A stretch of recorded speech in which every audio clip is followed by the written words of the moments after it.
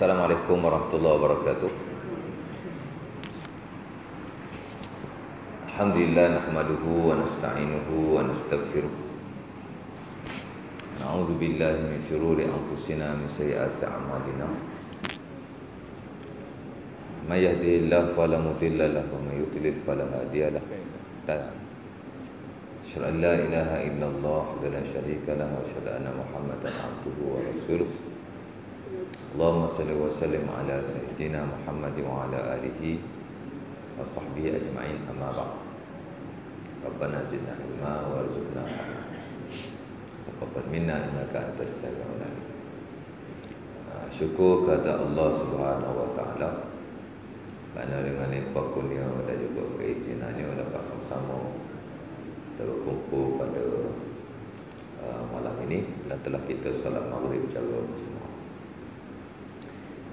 Kemudian sebagaimana kelaziman antara maghrib dan isyak ini, mudah-mudahan sedikit masa yang ada adalah perkara yang dapat kita kongsikan. Ada kita mau ambil manfaat ada apa yang kita kongsi, insya-Allah taala. Saya kira ini kali pertama lah saya ke masjid. Namanya Masjid Batullah. Tapi setahu saya dia ada Arab apa? Sirajuddin. Masjid Sirajuddin itu nama masjid dalam kampung Batullah kot. Masjid Sirajuddin Al-Anwar, ataupun Masjid Batullah lah. Dan saya tadi saya ada kongsikan satu poster kecil lah. Yang saya bagi kepada abang WhatsApp tu lah. Saya tak tahu dia ada tak ke? Tak ada kot. Saya suruh share lah dengan jemaah. Tapi sebelum ni dia dah pernah bagi poster tu kat saya, yang dia buat sendiri lah kot. Yang ada saya tengok dalam tu kan, dalam TV tu. Saya kira ni kali pertama saya ke masjid ni. Dan biasa kali pertama saya perkenalkan diri dulu lah secara ringkas. Nama saya Ustaz Hassan. Ustaz Hassan bin Cemak. Nama saya Hassan bin Cemak. Tuan-tuan boleh panggil Ustaz Hassan. Tinggal di Sungai Buloh. Taklah jauh. Hari ni saya boleh sampai ke sini hanya 30 minit saja. Pasal hari Sabtu Ahad jalan lengang. Sementara orang banyak bercuti kan. Saya pun outstation juga sebenarnya. Malam baru balik sini.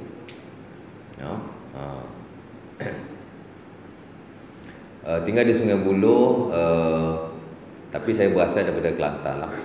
Di tempat tu, di Bekalan Kubur.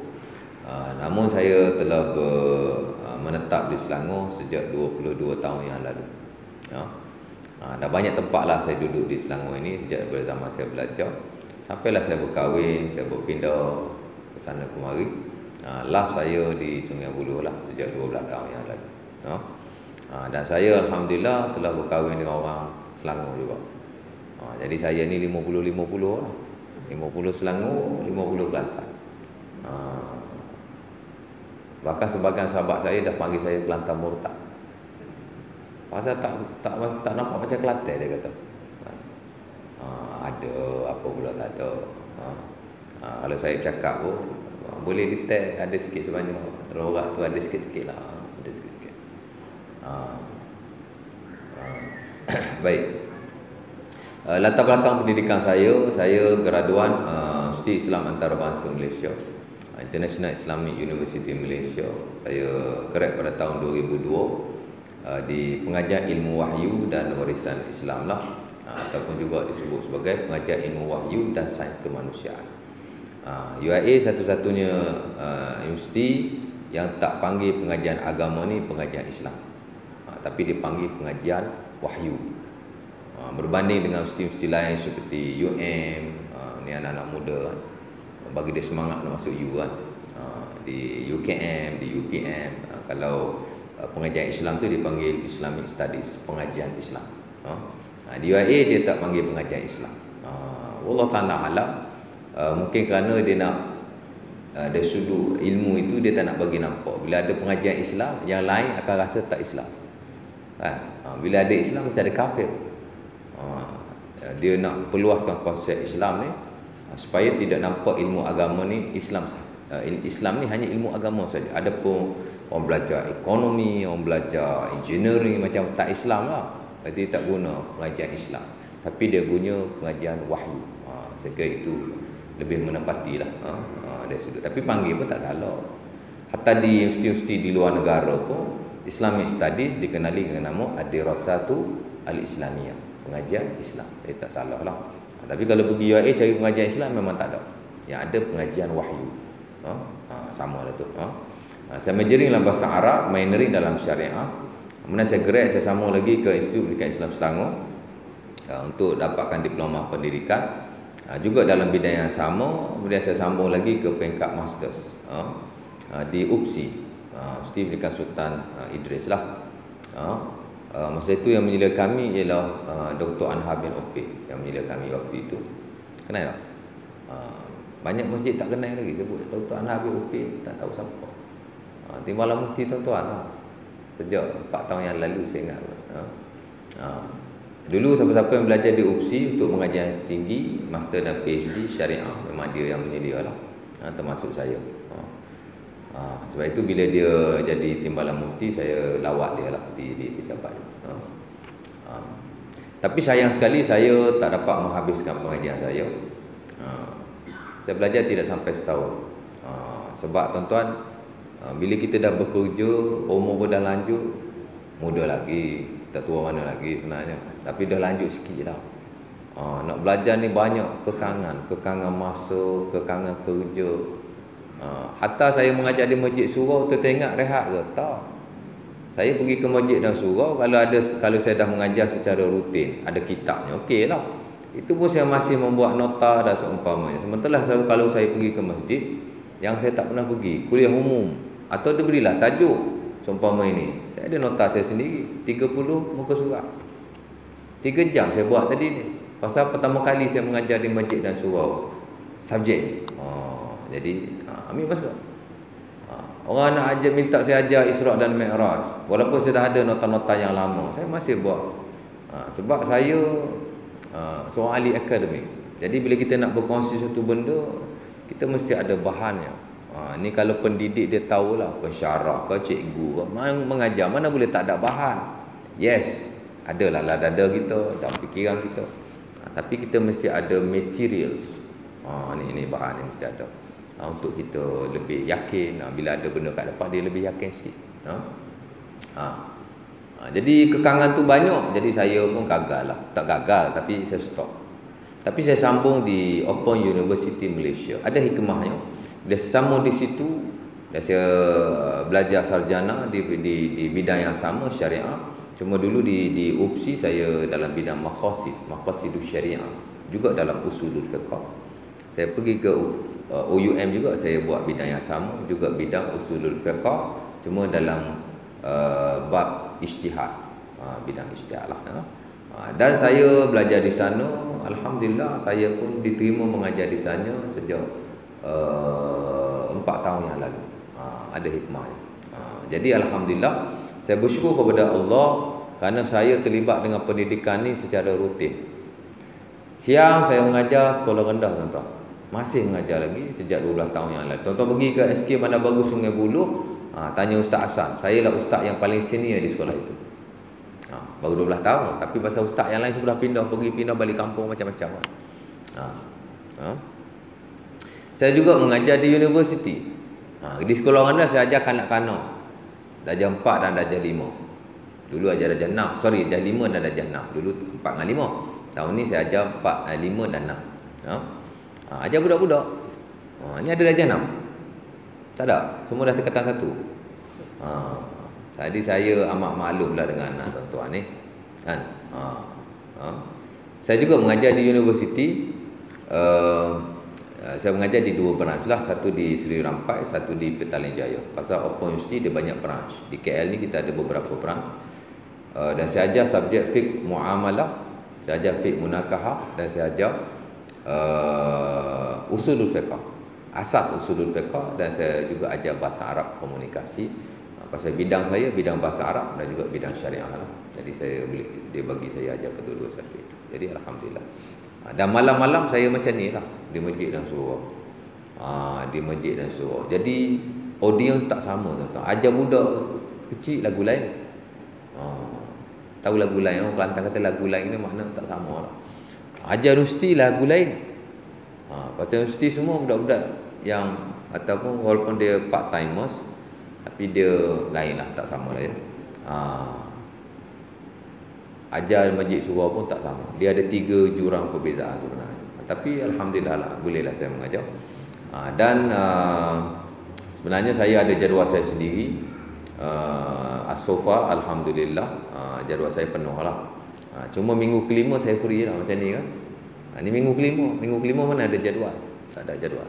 Jadi bolehlah kita pergi ke sana kemari, ke tempat-tempat lain untuk yalah tengok tempat orang kan.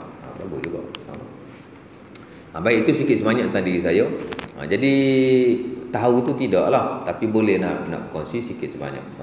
Dan di Masjid Surau tuan-tuan, saya mengajar banyak subjek sebenarnya. Setakat ni saya ajar 8 subjek. Saya ajar subjek tafsir. Dan tafsir saya guna 2 tafsir. Satu tafsir saya baca tafsir Ibnu Katsir. Satu tafsir Syekh Ahmad Syakir. Sebenarnya sama saja. Sebab Syekh Ahmad Syakir itu ringkasan kepada tafsir Ibnu Katsir. Yang kedua saya juga ajar hadis. Ajar hadis 40 Imam Nawawi dan juga hadis-hadis fadail. Fadilah hadis itu. Saya juga ajar subjek-subjek yang lain. Tapi subjek fiqh memang saya ajar lah. Fiqh ni fiqh lah tuan. Di peringkat kita panggil fiqh. Tapi di peringkat tinggi di universiti terutamanya kita tak panggil fiqh, kita panggil fiqh. Fiqh. Ataupun dalam istilah English terminologinya kita panggil Islamic Jurisprudence. Syariah lah. Sama lah tu. Jadi saya ajar fiqh di beberapa tempat. Dan saya ajar nota saya sendiri yang saya olah daripada modul yang saya ajar di universiti dengan gabungan beberapa kitab terkini lah. Saya tidak menjadikan kitab-kitab silam sebagai modul kerana kitab baru dia lebih bahasanya lebih mudah dipahami dan seumpamanya. Tapi fiqh muqarrar saya tak pernah lagi. Ni malam baru pertama kali ni. Kan? Walaupun bidang saya bidang fiqh. Saya ada peringkat masters. Sekali gagal, sekali okey. Bidang saya bidang fiqh lah. Dan secara tidak langsung juga fiqh perbandingan kerana ijtihad. Saya bidang fiqh perbandingan atau fiqh muqarrar yang kita sebut sebagai comparative Islamic jurisprudence sebenarnya bukan bidang saya secara khusus. Tapi kerana bidang saya ialah bidang ijtihad. Bila sebut ijtihad, dia merangkumi banyak mazhab. Jadi dia secara tak langsung bidang saya juga lah. Tapi bukan betul-betul fiqh muqarrar, tapi bidang ijtihad. Tapi lebih kurang sama lah ya.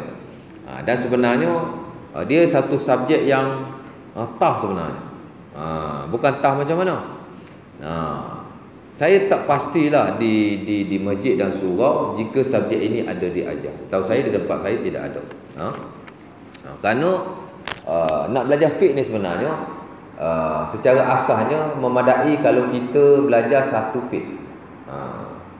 Kita di Malaysia ni belajar fiqh mazhab Syafi'i sudah memadai sebenarnya. Cukup dah.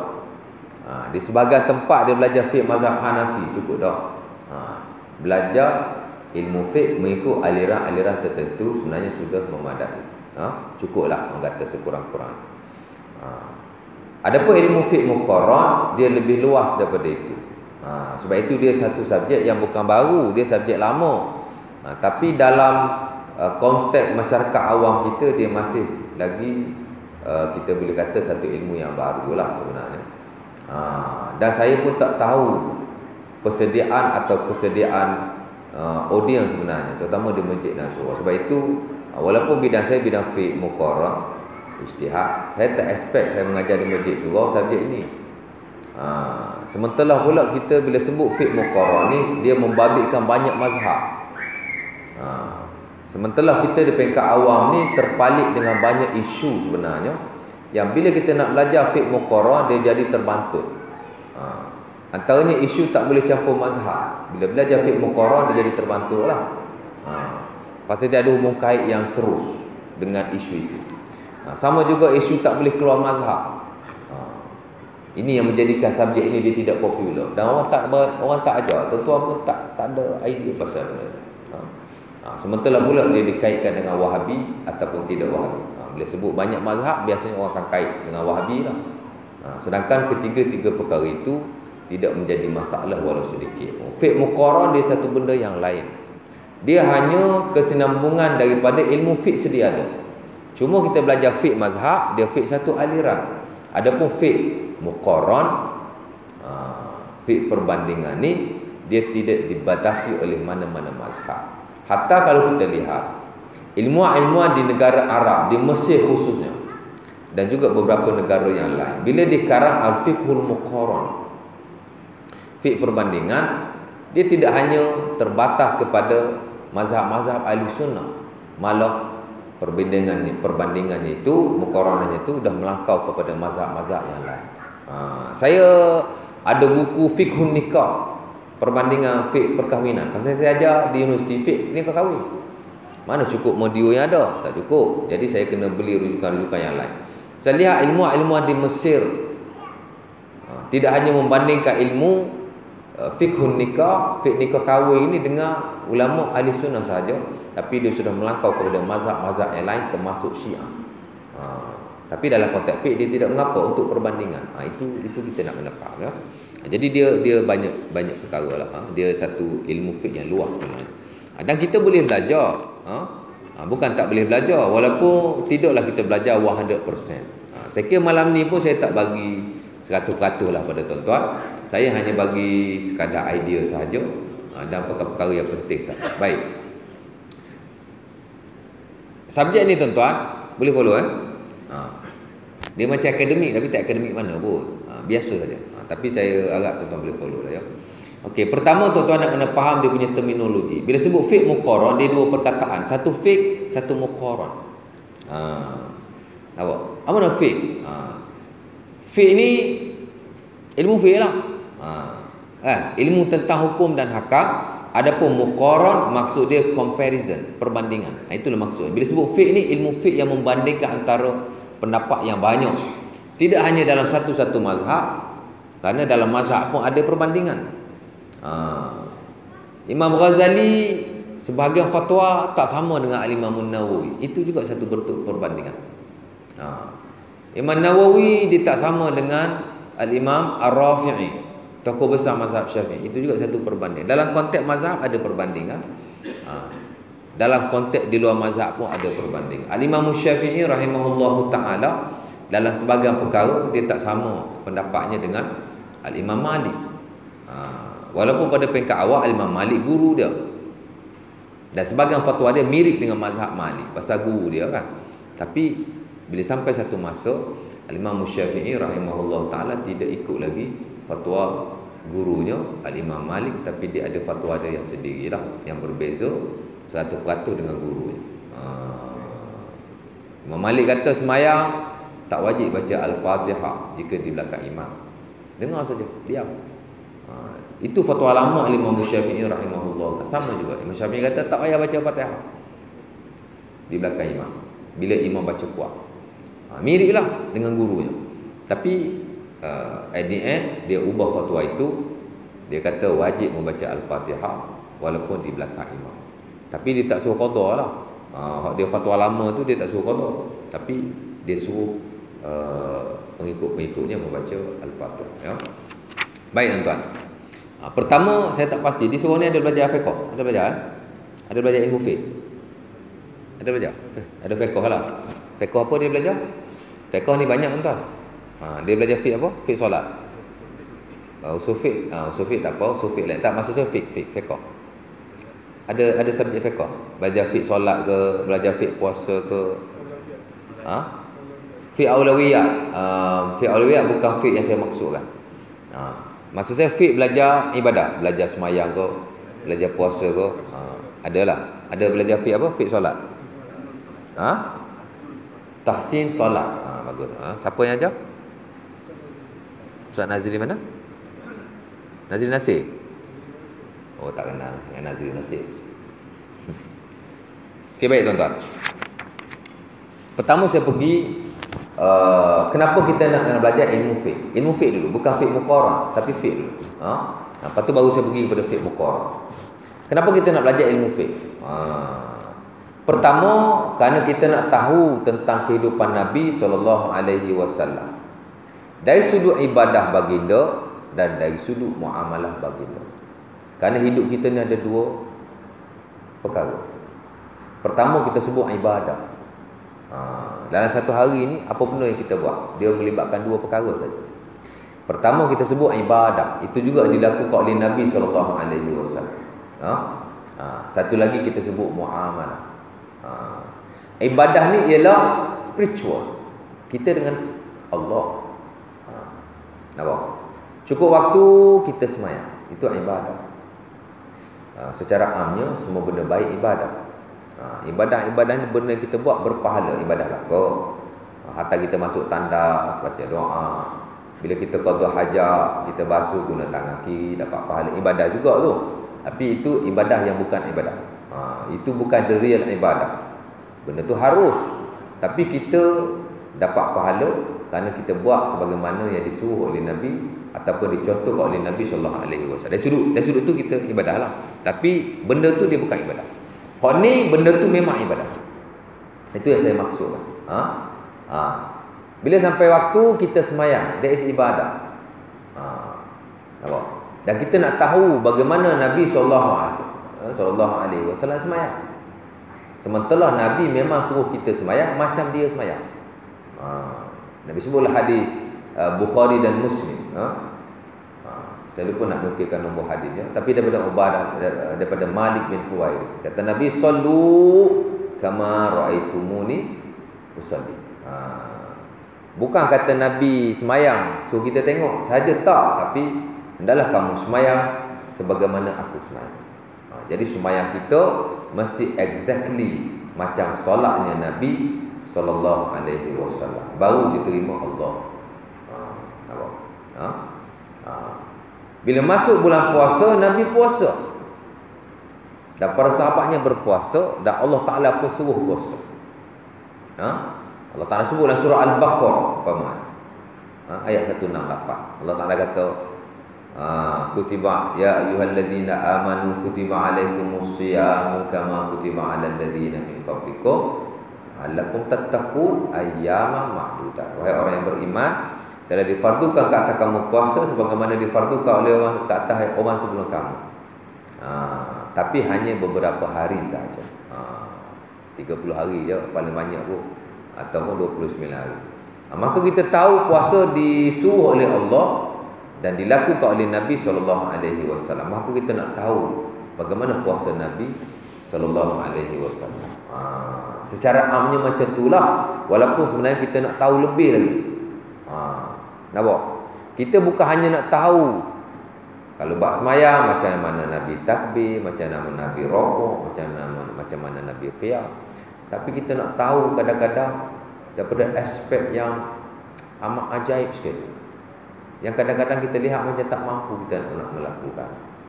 Kata Mughirah dalam Sahih Bukhari, apa kata beliau? Dikata qaman Nabi hatta tawarramat qadama. Hadis ini sahih, riwayat Bukhari dan Muslim, dinukilkan dalam Mirqatul Mafatih. Ada nombor hadisnya. Kata Mughirah, Nabi ni bila semayang lebah kaki. Pernah tuan-tuan semayang sampai lebah kaki?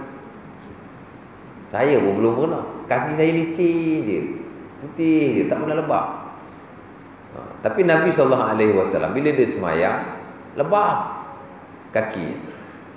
Kata Mughirah, macam mana Nabi semayang lebam ni? Kan? Nabi melamakan qiyam kah? Nabi melamakan rokok kah? Nabi melamakan sujud kah? Jadi kita nak tahu aspek-aspek sedemikian. Barulah kita mencapai apa yang disebut oleh Nabi sallu kama raaitumuni usalli. Hatta apa yang dibaca oleh Nabi SAW dalam solat-solat. Semayang Isya, apa yang kita nak baca? Boleh baca belakang. Tapi kadang-kadang kita nak baca apa yang dibaca oleh Nabi SAW. Memang Nabi kata, Isya boleh semayang, baca apa saja ayat Quran. Hatta kata Abi Hurairah dalam Musnad Ahmad, kerana Nabi yaqra fi salatil Isya was subuh bi awsatil mufassal. Kata Abu Hurairah, Nabi SAW bila dia semayang Isyak dan semayang subuh, dia baca dengan bukan ausat, bi tiwalil mufassal. Nabi semayang baca surah yang panjang-panjang. Jadi bacalah panjang sikit daripada semayang-semayang lain. Tapi kita nak tahu juga apa yang panjang tu. Nampak? Ada kalanya Nabi baca Yasin. Rakaat pertama, rakaat kedua Nabi baca Saffat. Tengok betapa panjang. Jadi macam mana tak lebam kaki. Kalau sembahyang fardu pun lama macam tu. Cuba kalau kita buat macam tu. Esok sembahyang subuh baca Yasin rakaat pertama. Rakaat kedua baca Saffat. Yasin ada berapa ayat? 80 ayat. Betul tapi tak tepat. Yasin ada berapa ayat? Every week you all baca Yasin. 80 lebih saya pun tak ingat juga. Allahu Akbar, baca Fatihah, baca Yasin 89 ayat. Baru Allahu Akbar. Naik rakaat kedua baca was-saffati saffa, faz-zajirati zajra, fattaniyati zikra. Esok kita buat. Panggil saya sembahyang subuh esok macam. Sembahyang subuh saya jadi imam. Saya hafal 2 surah tu. Nampak? Esok tuan-tuan sembahyang, lusa keluar sinar harian. Masjid ini telah menyalahi ahli sunnah wal jamaah. Kerana sembahyang subuh sampai setengah jam. Jemaah pakat lagi habis. Nampak? Jadi kita nak tahu bagaimana ibadah Rasulullah sallallahu alaihi wasallam. Sembahyangnya, puasanya, hajinya, zakatnya. Termasuk taharah lah. Baik. Itu ibadah. Memang kita kena tahu tuan-tuan. Dan tak dinafikan tuan-tuan. Kita belajar ilmu fiqh ni tuan-tuan. Dalam ilmu fiqh ni sebenarnya ada 36 kitab keseluruhannya. Saya tak tahu bila kita boleh habiskan keseluruhan kitab-kitab itu. There are 36 books of Islamic jurisprudence. Ada 36 kitab dalam ilmu fiqh. Bermula daripada kitab taharah, kitab bersuci, kitab sembahyang, kitab zakat, kitab puasa, kitab haji. 6 je ibadah, 6 je. Lagi 30 adalah muamalah. Ada muamalah kekeluargaan yang kita sebut sebagai fiqhun nikah. The Islamic jurisprudence of marriage. Kita belajar tentang syarat-syarat pernikahan, persediaan pernikahan macam mana, belajar pula bab talak cerai. Last week TV3 Syarah Meja Bulat kan? Pasal taklid. WhatsApp banyak orang tanya. Yalah satu Malaysia sampai panel tak boleh nak baca, soalan banyak sangat. Saya pun hantar soalan juga. Marah saya dengar 1 jam soalan saya tidak dibaca. Tapi mungkin dia dengar saya marah pun. Pasal Syarah Meja Bulat hari Selasa kan. Hari Jumaat tu dia call saya. Assalamualaikum, Cik Hasan ya? Cik Hasan itu ada hantar soalan ya? Ya, saya daripada Syarah Meja Bulat. Kenapa tu? Boleh tak Ustaz Hasan, bukan Ustaz Hasan, dia tak tahu saya Ustaz pun. Sebab saya tulis WhatsApp saya Cikgu Hasan. Boleh tak Cikgu Hasan hantar balik soalan tu? Boleh, tak ada masalah. Tapi dalam bentuk video boleh tak? Macam-macam pula. Soalan pendek je pun nak suruh hantar dalam bentuk video lah pula. Saya tengoklah nanti saya buat. Apa? Belajar pasal ta'liq kita tak faham. Banyak orang tak faham lagi ya. Jadi banyak orang tanya. Suami marah isteri dia. Kau keluar rumah jatuh talak 3. Boy. Kasar. Kita kena tahu. Sebab itu di awal perkahwinan adanya khutbah. Saya tanya tuan-tuan, Tok Khatib baca apa dekat orang kahwin? Kita tak nafi dah, di Malaysia bagus. Kita ada kursus perkahwinan. Tuan-tuan pernah masuk kursus perkahwinan? Tak pernah, pasal dulu-dulu tak pernah. Tuan-tuan kahwin tahun 70-an, 80-an tak ada kursus perkahwinan. Tapi hari ni kalau tuan-tuan nak kahwin, tambah seorang lagi, wajib masih ambil kursus perkahwinan. Baguslah tu, mewajib kan. Masuk kursus perkahwinan. Saya dulu masuk 2 hari. Masa tu saya tak ada ustaz lagi. Tahun 2006. 2005 sorry. Dekat-dekat nak kahwin kan. Saya kerja malam. Kerja restoran malam. Saya pergi kursus, saya tak tahu apa dia ajar. Pasal saya tidur. Dia kerja malam, shift malam. Sampai ahli panel kata, tak apalah, cik tidur pun tak apa. Janji cik duduk dalam, jangan keluar. Tapi walaupun saya tidur, saya tahu setiap dia bagi modul kan. Bila saya lihat balik, bila saya ingat flashback balik, modul itu tak mencukupi sebenarnya. Waktu itulah. Kerana hukum akad perkahwinan hanya satu slot saja. Adapun yang lain banyak slot-slot yang slot penjagaan bayi, slot pemakanan kesihatan, slot pengurusan rumah tangga, slot kaunseling, hatta ada satu slot pengurusan marah, pengurusan emosi. Pasal kita di Malaysia ni kadar perceraian tinggi. Mengikut statistik kebajikan masyarakat, kita 20% bercerai. Kalau 100 pasangan berkahwin, 20 daripadanya bercerai. Majoriti Melayu Islam lah. Nampak? Sebab Melayu Islam yang majoriti kat Malaysia kan. Lepas tu bila nak kahwin, Tok Khatib baca pula khutbah. Apa yang Tok Khatib baca? Orang yang kahwin tu dengar. Tok Khatib sepatutnya membaca ayat Quran dan juga hadis Nabi SAW betul-betul pasal pernikahan. Baca surah An-Nisa, Allah Taala kata wa'ashiruhunna bil ma'ruf. Kamu kena layan isterimu dengan layanan yang baik. Kena baca tu. Kena baca hadis Nabi SAW. Innakum akhastumuhunna bi amanillah wastahlaltum furujahunna bi kalimatillah. Ittaqullaha fin nisa. Kamu dah nak kahwin, takutlah kepada Allah. Kamu mengambil isterimu dengan keamanan daripada Allah, dan kamu menyentuhnya dengan kalimah Allah. Kena cakap menyentuh Allah. Itu dia punya. Jadi kita nak tahu ibadah Nabi. Pada masa yang sama kita nak tahu tentang muamalah. Tadi ibadah, sembahyang kita, puasa kita, apa itu gini. Selain daripada itu, apa yang kita buat? Semua muamalah. Yang melibatkan kekeluargaan, muamalah. Kita dengan isteri kita, muamalah. Tapi dia panggil muamalah kekeluargaan lah. Belajar bab tolak, belajar bab itu bab ini pasal hatta belajar tentang iddah. Perempuan pun nak kena tahu iddah dia. Jadi kita belajar. Itu dipanggil kekeluargaan. Kemudian kita belajar, apa lagi yang kita terlibat? Kita pergi kedai tuan-tuan, kita beli barangan. Itu dipanggil muamalah juga, tapi muamalah harta. Jual beli umpamanya, apa yang boleh, apa yang tidak boleh. Bila kita terdesak, kita nak gadai, kat mana nak gadai, itu semua bersabit dengan muamalah. Dan Nabi SAW telah mencontohkan segala-galanya. Nabi muamalah dengan orang Islam. Very good.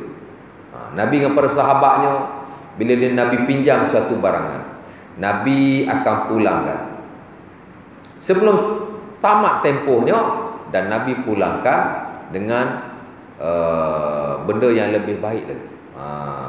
Nampak? Nabi selalu pinjam tuan-tuan. Pasal apa Nabi pinjam? Pasal kalau Nabi tak pinjam, daripada mana hukum pinjam nak datang? Jadi ada hikmahnya. Allah Ta'ala jadikan Nabi ni, walaupun Nabi ni sebenarnya dia boleh jadi kaya. Pasal Nabi bila dia pergi berperang, Nabi tak payah kerja tuan-tuan. Pasal Allah Ta'ala telah peruntukkan, bila Nabi pergi berperang, 1/5 daripada rampasan perang adalah milik Nabi SAW. Masa perang Badar, Nabi dapat rampasan 50,000 dinar. Tahu 50,000 dinar macam mana? Kali lah, 1 dinar 4 gram emas. Kali dengan 50,000 gram emas. 50,000 kali 4 berapa? 200,000 gram emas. 200,000 gram emas tuan-tuan kali dengan RM150. Keluar berapa ratus juta? Keluar 200 juta. 200 juta tu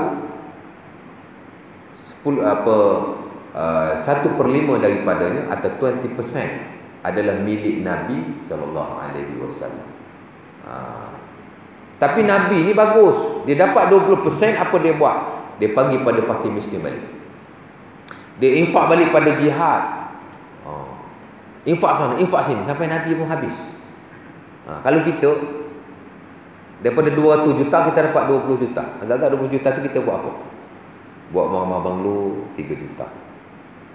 Beli tanah 2 juta. Beli emas 1 juta. Ada emas 1 juta. Hak tu dululah. Hak tu lebih tu pun kita infak. Nabi dah. Nabi infak dulu. Infak terlebih infak dah tak ada. Hatta Nabi SAW nak makan pun tak ada. Balik daripada masjid sembahyang subuh, tanya Aisyah, hal indakum syai' ya Aisyah? Aisyah, ada makanan tak? Ni siapa ni? Ni pemerintah ni, presiden Madinah. Boleh jadi ke presiden Madinah bukan kata tak ada duit, nak makan pun tak ada. Tanya Aisyah, ya Aisyah, hal indaka ta'am nasal muslim? Aisyah kata, lah, tak ada lah. Tak ada apa rumah kita yang boleh dimakan. Cuba kita balik rumah, tanya bini kita. Ya, ada masak apa ya? Tak ada. Kau duduk rumah kau buat apa? Tak ada apa pun. Kalau tak masak pergilah beli. Kita suruh bini kita beli pula. Sepatutnya kita bagi isteri kita makan. Sebab tu kalau wanita kalau dia belajar ilmu perkahwinan sesuai dengan syariat, dia pun untung. Pasal dia pun tahu banyak benda yang kita tidak tahu. Saya kalau saya cerita habis tuan.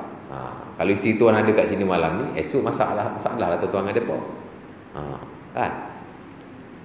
Bila saya kata isteri tak wajib masak untuk suami. Yes.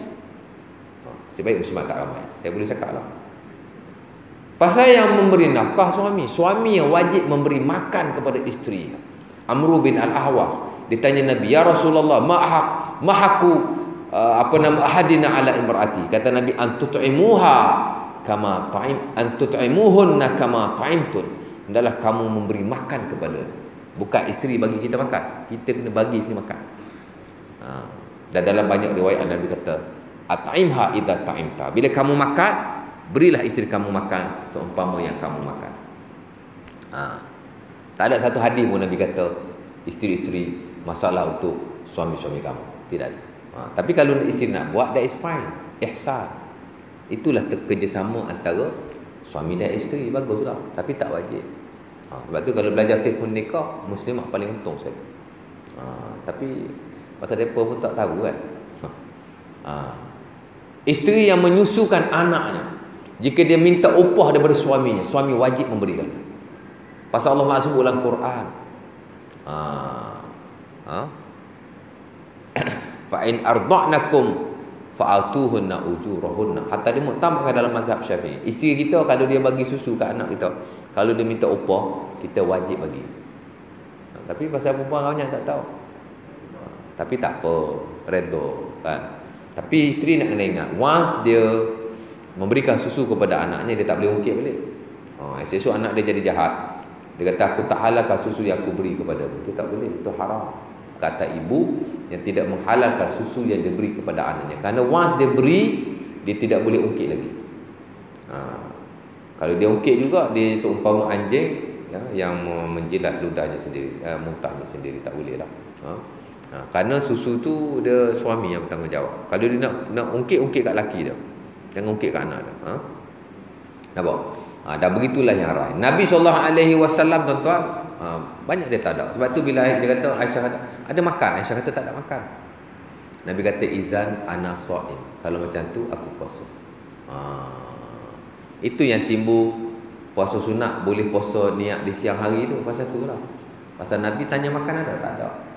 Dia kata apalah aku puasa lah. Bagus lah. Nampak? Dan begitulah yang lain. Nabi tidak hanya bermuamalah dengan orang-orang Islam, tapi Nabi juga bermuamalah dengan orang-orang bukan Islam. Nabi meminjam daripada orang bukan Islam. Sebab itu kita pun nak kena faham, orang bukan Islam ni ada dua tuan-tuan. Dalam Quran Allah Ta'ala kata orang bukan Islam ni ada dua. Pertama, yang tidak memerangi kita. Dia tak ada apa masalah, dia boleh duduk dengan kita, dia boleh bermuamalah dengan kita, walaupun dia membenci kita, tapi dia tidak menzahirkannya. Maka kita tidak boleh menzahirkan kebencian kepada mereka. Memanglah kalau orang bukan Islam, sikit sebanyak dia ada tak suka kat kita Islam ni, tapi selagi mana dia tidak menzahirkannya dan dia tidak ada masalah, maka tidak mengapa. Ada satu lagi orang bukan Islam yang buat masalah dengan kita, itu ada problem. Nabi bermuamalah dengan mereka dengan muamalah yang amat baik sekali. Hatta Nabi bila dia hantar Muaz bin Jabal pergi ke Yaman, Nabi pesan pada Muaz, khaliqin nas. Tuan-tuan belajar di 40 Nawawi hadis ke-14. Nabi kata pada Muaz, Nabi kata khaliqin nas bi khuluqin hasan. Kamu dengan manusia ni tak kira Islam, tak kira bukan Islam. Kamu kena jaga akhlak. Mana kena berurusan dengan baik sama mereka. Nabi SAW bila dia menakluki Khaybar, dia dah takluk Khaybar. Khaybar ni tanah orang Yahudi, tuan. Tapi Nabi ni walaupun dia telah menakluki Khaybar kerana dia nak dirikan negara Islam di situ, dan Nabi memiliki Khaybar dengan para sahabat. Khaybar dah jadi tanah Islam, tapi Nabi ni baik, masih memberikan tanah kepada orang-orang Yahudi dengan satu syarat. Separuh daripada hasil tanaman itu mesti diserahkan kepada Islam. Nampak? Pasal bila Nabi masuk Khaybar, orang Yahudi dah tak ada apa, tanah tak ada apa, tak ada. Dia nak buat apa? Kalau kita tak bagi kerja kat dia, dia kacau Islam lagi teruk. Jadi bagi dia kerja. Nabi bagi dia tanah. Uruskan tanah ini. 50% daripada hasilnya beri pada kami. Jadi mereka boleh bekerja dengan baik. Dan mereka orang kata tak ada problem lah di bawah kerajaan Islam. Jadi tak ada masalah sikit. Dan begitulah yang lain. Nabi pinjam, Nabi gadai juga kepada orang Yahudi. Di samping yang lain-lain lah. Jadi kita nak tahu tentang ibadah dan juga muamalah Nabi SAW secara amnya. Kemudian secara khususnya, di situlah muncul fiqhul muqaran, di mana kita nak tahu dalam satu-satu isu bagaimana tindak tanduk Nabi SAW dalam ibadah. Umpamanya bila Nabi semayang tak dinafikan. Sebahagian benda ulama sepakat, hak ni tak timbul muqaran lah. Pasal sepakat nak muqaran apa. Tapi dalam isu-isu yang tidak disepakati, maka di situlah timbul al-fiqhul muqaran, bila mana tidak ada yang disepakati oleh para ulama, dan biasanya dia melibatkan perkara yang furu'-furu' lah, perkara yang kecil-kecil. Contoh secara am saya bagi. Ulama sepakat, tuan-tuan, bila semayang mesti baca Quran. Dan ini dinukilkan dalam buku-buku Al-Fiqhul Muqaran. Saya sebenarnya ada photostat 2 buku Muqaran yang ditulis pertama oleh Al-Imam Ibnu Hubairah dalam bukunya. Dia ulama tahun 560 Hijriah. Lama dah. Dia bukan subjek baru ni, Fiqh Muqaran ni, dia fiqh subjek lama. Dia menulis Ijma'ul A'immatul Arba'ah wa Ikhtilafuhum. Apa yang disepakati oleh para ulama dan apa yang tidak disepakati oleh mereka. Ini antara buku Fiqh Muqaran yang asas lah, yang kita rujuk hatta di peringkat tinggi. Jadi dia menukilkan apa yang disepakati, apa yang tidak disepakati, apa yang disepakati, apa yang tidak disepakati. Di situlah timbul fiqh muqaran. Dan dia tidak hanya terbatas kepada 4 mazhab sebenarnya, tapi dia juga merangkumi mazhab-mazhab yang lain yang tuan-tuan tidak pernah dengar. Ada mazhab Al-Hasanul Basri. Biasa orang bila bercakap tentang Hasan Basri, orang kaitkan dengan tasawuf. Sebenarnya Hasan Basri dia ulama fiqh, dia ulama fiqh. Dan dia satu mazhab pada zamannya, kurun kedua Hijriah. Sama juga ada mazhab Al-Auza'i. Sama juga. Ada mazhab As-Sawri dan ada mazhab Layth bin Sa'ad. Dan Al-Layth adalah guru kepada Al-Imam Syafi'i rahimahullahu ta'ala. Nampak? Ada lagi satu buku yang menukilkan juga muqaran, tapi dalam konteks mazhab, terutama dalam mazhab Syafi'i lah. Itulah Al-Imam Umar Al-Yamani rahimahullahu ta'ala. Juga satu buku perbandingan, cuma dia lebih perbandingan dalam konteks mazhab Syafi'i. Dan buku ini sebenarnya buku induk kami semasa kami belajar di peringkat master dahulu, kerana dia menukilkan pandangan yang banyak termasuk dalam mazhab Syafi'i rahimahullahu ta'ala. Jadi situlah letak muqaran. Ulama sepakat bila sembahyang mesti baca Quran, tapi mereka tak sepakat apa yang nak dibaca. Majoriti kata kena baca Al-Fatihah, tapi sebahagian kata tak wajib baca Al-Fatihah, memadai dengan apa-apa ayat yang kamu baca.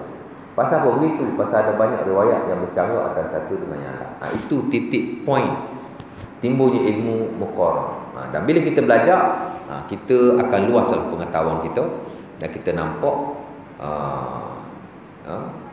orang kata apa yang apa yang datang daripada Nabi sallallahu alaihi wasallam. Ada riwayat Nabi suruh baca Al-Fatihah. Nabi kata la salata liman lam yaqra bi ummil kitab Al-Fatihah. Tidak ada solat orang yang tidak baca Al-Fatihah.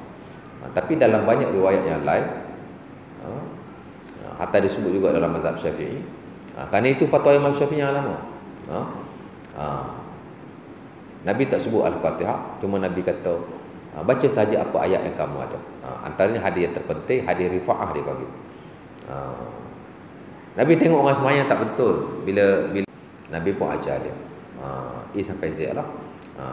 Antaranya Nabi kata kepadanya, iza apa nama? Iza aradta iza qumta ila salat, Nabi kata fa'aqim wa kabbir summa qra' ma'aka bi syai'in minal Quran. Kamu angkat takbir, apa yang kamu ada dalam Quran kamu baca. Itu yang diutamakan dalam mazhab Hanafi. Tak baca Fatihah dia kata tak apa, memadai dengan 3 ayat daripada mana-mana Quran. Itulah mana perbandingan. Jadi kita nampak hak ni kata lagu ni, hak ni kata lagu ni. Jadi di situ ada keluasan, di situ ada, dan tak dinafikan. Benda-benda macam ni dia meluaskan kita punya minda. Tapi bukan kita nak ambil hak mudah. Hak mana mudah kita amal tak juga kan. Apa? Contoh dia macam tu lah tuan-tuan. Ada nak tanya apa-apa? Dah isyak dah tu. Ada soalan? Jadi secara kesimpulannya, mana-mana fiqh tuan-tuan belajar bagus. Katanya ada fiqh solat. Dia ajar memang mazhab Syafi'i, saya tahu. Tapi pada masa yang sama, jika dia menukilkan daripada mazhab-mazhab yang lain, terutama jika dia mengketengahkan dalil-dalil ulama itu sendiri, maka tidak mengapa. Pasal memang bila sebut ilmu fiqh, dia lebih bergantung kepada dalil. Dan tak dinafikan, setiap ulama sentiasa kritik antara satu dengan yang lain. Bukan hanya di luar mazhab, malah di dalam mazhab juga. Al-Imam Al-Ghazali rahimahullah ta'ala, dalam buku-buku fiqh beliau dia ada koleksi fatwanya. Tapi bila mari Al-Imam An-Nawawi tahun 700 Hijriah, dia mengkritik sebahagian fatwa Al-Imam Al-Ghazali rahimahullah ta'ala dengan dalil-dalil. Maka tidak mengapa. Ini satu kesuburan ilmu lah. Maka tidak jadi masalah. Boleh. Boleh berhenti kot, saya ingat kot. Apa nak lagi? Nampak termenung orang belakang tu? Dia pengajar orang dewasa ni 40 minit je. Dah 47 minit lah. Okey lah tu, boleh berhenti tu. Saya belajar ilmu andragogi. Dia kata dalam pengajar ilmu orang dewasa ni tak boleh cannot more than 40 minutes. After 40 minit ambil 5 to 10 minute break. Memang pun bila kita buat seminar, kita buat pembentangan di peringkat tinggi, 40 to 1 hour, 40 minutes to 50 minutes memang kita rehat lah. Rehat kejap. Lepas tu kita sambung balik. Pasal pelotak kita memang takat tu. Dia tak boleh lebih. Nampak? Bila saya teruskan, peringkat awal kuliah, lentok je belakang. Bila dah hujung-hujung macam ni kan, semua duk tengok saya je belakang. Saya ingatkan dia bertambah minat dan nak fokus. Rupanya dia nak suruh saya berhenti dah. Dia tengok saya sampai tembus ke belakang. Lepas tu saya mengajar masjid surah ni paling lama pun 50 minit. 40 minit saya dah tanya, ada soalan? Tak ada. Tak ada, bagus. Saya kalau mengajar 3 jam pun tak apa. Atas saya mengajar di universiti tuan-tuan 6 jam non-stop. 6 jam saya mengajar non-stop. Cukup bahan 6 jam pun kita boleh mengajar. Berhenti semayang je. Masuk pukul 10 sampai pukul 4 petang straight. Berhenti semayang je pukul 1. 1.30 berhenti semayang 10 minit, 12 minit sambung balik. Tak ada masalah mengajar, tak ada masalah. Memang kerja kita. Tapi takut orang yang dia ajar tu tak boleh follow tu je.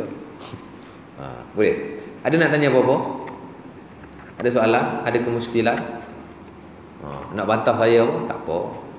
Saya tak setuju dengan ustaz. Tak ada masalah. Tapi ada jugalah bila kita habis kuliah dia kata, tadi ustaz kata ayat Quran surah Al-Ahzab 160. Al-Ahzab mana 160 ustaz? Ayat 120 je. Saya cek balik. Kadang saya tersalah juga bagi info. Dan kita bantu-bantu dan bagi kerjasama lah sesama kita. Kerana kita ni manusia biasa. Hatta ulama kita pun. Bila kita belajar kan, macam ulama kita kata, hadis ni adalah Sahih Bukhari dan Muslim. Tapi bila ulama lain dia semak, dia kata hadis ni tak ada dalam Bukhari dan Muslim, tapi adalah Abi Daud. Ini disebut sebagai zallat ataupun minor mistake. Kesalahan-kesalahan kecil seumpama itu, Allah kan ambil kira juga kan. Kadang-kadang saya tak nafi, saya tak tahulah di tempat tuan-tuan. Ada sebagai tempat saya mengajar di Taman Melawati. Saya tak nafi lah, sebagian besar di hadapan saya ada yang pensyarah. Hatta saya mengajar di satu surau, dia pensyarah saya. Tapi saya tak sempat jumpa dengan dia. Saya gerak dia masuk. Tapi muka dia saya kenal lah. Doktor apa saya pun tak tahu. Tapi baguslah walaupun dia dah mengajar di UIA 25 tahun, 24 tahun macam tu. Dulu dia di pekat bahasa pada dia masuk ke pekat ijazah. Tapi tak sombong lah. Dia boleh duduk di depan kuliah kita. Boleh tanya, "Ustaz, ada soalan Ustaz?" Tak ada. Padahal dia orang hebat. Low profile. Itu yang bagus. Kerana kita kena ingat, setiap orang ada kelebihan, ada kekurangan. Kalau kita nak mikir belaka susah lah. Mudah-mudahan. Dan saya minta penguzuran lah di atas kesilapan saya sikit sebanyak tu. Mungkin mudah-mudahan saya dapat perbetulkan, insya-Allah taala. Tak ada soalan kan? Tak ada, kita boleh semayang lah, insya-Allah taala. Aku liqauli hadza, nazimali walakum. Assalamualaikum warahmatullahi wabarakatuh. Tutup majlis tadbir kafarah surah Al-Asr.